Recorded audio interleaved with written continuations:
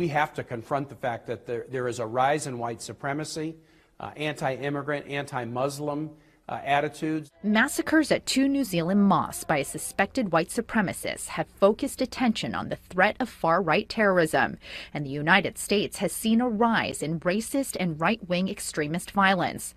In October, a gunman murdered 11 people inside a Pittsburgh synagogue. In 2017, a suspected white nationalist rammed his car into a group of anti-racist protesters in Charlottesville, Virginia, killing a woman.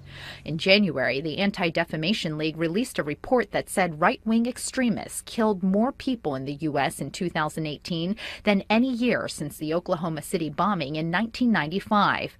But asked on Friday if he saw white nationalism as a rising threat, U.S. President Donald Trump said this. I don't really. I think it's a small group of people that have very, very serious problems. I guess if you look at what happened in New Zealand, perhaps that's a case. I don't know enough about it yet. They're just learning about the person and the people involved.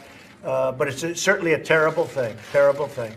And his comments condemning the New Zealand attack make no mention of the racism and Islamophobia that may have motivated the murders. The accused New Zealand gunman praised Trump in a manifesto as, quote, a symbol of renewed white identity and common purpose. Why minimize it? Why not directly address white supremacy? Acting White House Chief of Staff Mick Mulvaney dismissed criticism of the president's response.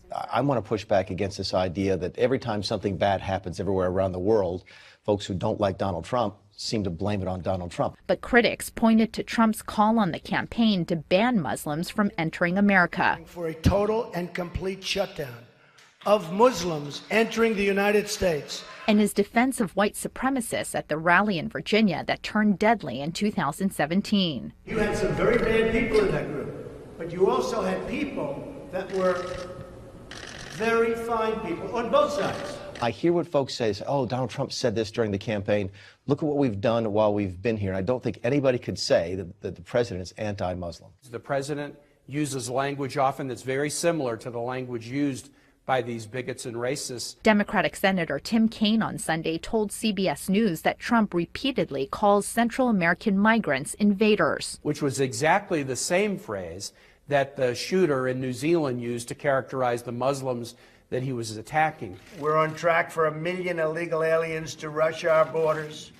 People hate the word invasion, but that's what it is. This is an invasion. That's an invasion. This is a virtual invasion. The White House rejected any connection between the administration and the attack in Christchurch. I disagree that there's a causal link between Donald Trump being president and something like this happening in New Zealand.